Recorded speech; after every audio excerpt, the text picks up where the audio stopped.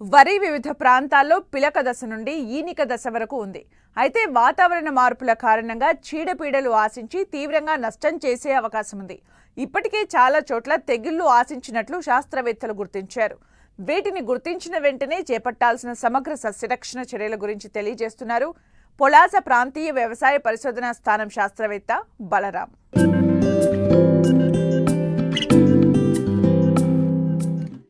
ప్రస్తుతం వరి వివిధ ప్రాంతాల్లో పిలక దశ నుంచి ఈనిక దశలో ఉంది. ముఖ్యంగా ఆగస్ట్, సెప్టెంబర్, అక్టోబర్ నెలల్లో చీడపీడలు అధికంగా ఆశించే సమయం. ఇందుకు అనుగుణంగానే వాతావరణం కూడా ఉంది. వరి ఎదుగుతున్న సమయంలో చాలా వరకు రైతులు అధికంగా యూరియాను వేస్తుంటారు. దీంతో చీడపీడలు కూడా పెరిగే అవకాశం ఉంది. ముఖ్యంగా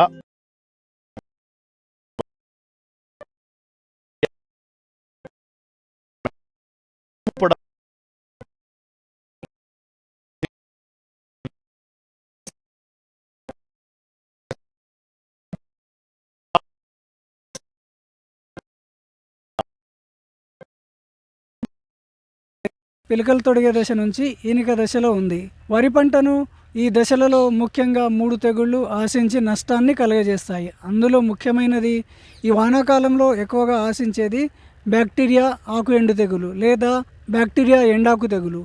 ఇది ఒక బ్యాక్టీరియా వలన కలుగుతుంది. ఈ తెగులు మామూలుగా మనకు పంట పిలకలు తొడిగే దశ లేదా ఈనిక దశలో ఆశిస్తుంది.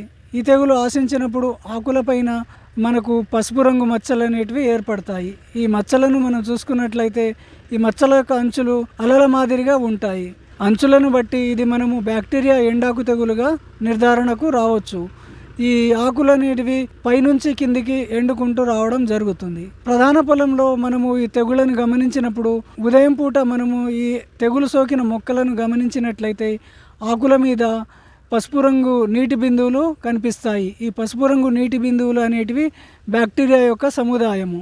ఈ బ్యాక్టీరియా ఎండాకు తెగులు నివారణకు ఎలాంటి కెమికల్స్ మందులు అయితే లేవు. కాకపోతే ఈ తెగుల యొక్క వ్యాప్తిని అరికట్టడానికి మనకు మొదటగా రైతులు ఈ తెగులను పొలంలో గమనించినప్పుడు వరికి వేయాల్సిన ఈ యూరియా నత్రజని సంబంధిత ఎరువులు ఏవైతే ఉన్నాయో వాటిని తాత్కాలికంగా నిలిపివేసుకోవాలి. దీనికి ఈ తెగుల యొక్క ఉధృతిని మనకు వ్యాప్తి చెందనివ్వకుండా లీటర్ నీటికి plantamycin 1 gram plus copper oxychloride 3 గ్రాములు ఈ 2 మందులు కలిపి లీటర్ నీటికి కలుపుకొని మనము ఈ తెగుళ్ళు సోకిన పొలంలో పిచికారీ చేసుకోవాలి. అదేవిధంగా రైతు సోదరులు ఈ తెగులు సోకిన పొలం నుంచి పక్క పొలాలకు నీటిని మళ్లించకుండా చూసుకున్నట్లయితే ఈ తెగులు యొక్క వ్యాప్తిని మనము అరికట్టవచ్చును. అదేవిధంగా వరి పంటను ఈ వానాకాలంలో ఆశించే ఇంకొక తెగులు అగ్గి తెగులు. అగ్గి తెగులు వరి పంటను వివిధ దశలలో ఆశిస్తుంది. ఈ తెగులు ఆశించినప్పుడు ఆకులన్నీ మాడిపోయి కాలిపోయినట్లుగా కనిపిస్తాయి. కాబట్టి ఈ తెగులను మనము అగ్గి తెగులు అంటాము. ఆకుల మీద మొదటగా నీటిలో తడిసినట్లుగా చిన్న మచ్చలు కనిపిస్తాయి. క్రమేణా అనుకూల వాతావరణ పరిస్థితులలో ఈ మచ్చలు అనేటివి నూలు కండే ఆకారాన్ని పోలి ఉంటాయి. ఈ మచ్చలను చూసుకున్నట్లయితే మచ్చల యొక్క మధ్య భాగం తెలుపుగా ఉండి అంచులు గోధుమ రంగుకు మారుతాయి. అదేవిధంగా ఈ అంచుల యొక్క కొనలు మొనదేలి ఉంటాయి.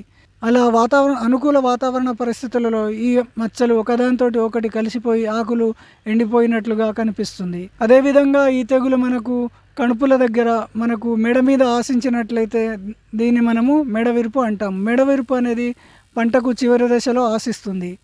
పిలకలు తొడిగే దశలో లేకపోతే మనకు ఈనిక దశలో ట్రైసైక్లజోల్ 120 గ్రాములు లేదా ఐసోప్రోథయోలిన్ 300 ml ఎకరానికి సరిపడా నీటిలో కలుపుకొని పిచికారీ చేసుకున్నట్లయితే ఆకుల మీద వచ్చే అగ్గి తెగులను మనము సమర్థవంతంగా నివారించుకోవచ్చు.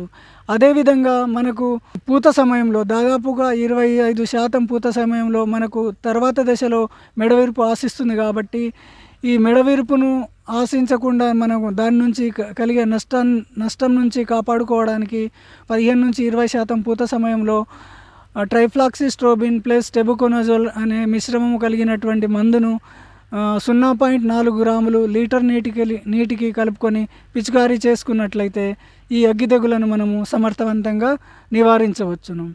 ఇంకొక ముఖ్యమైన తెగులు పాము పొడ తెగులు. పాము పొడ తెగులు మనకు పిలకలు తొడిగే దశ నుంచి వరి పంటను ఆశిస్తుంది.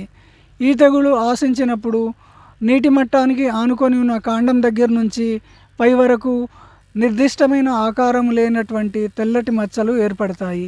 తెగులు ఉధృతి ఎక్కువగా ఉన్నప్పుడు ఈ మచ్చలనేటివి కాండం నుంచి పూటకు వరకు చేరి అధిక నష్టాన్ని కలిగించే అవకాశం ఉంది.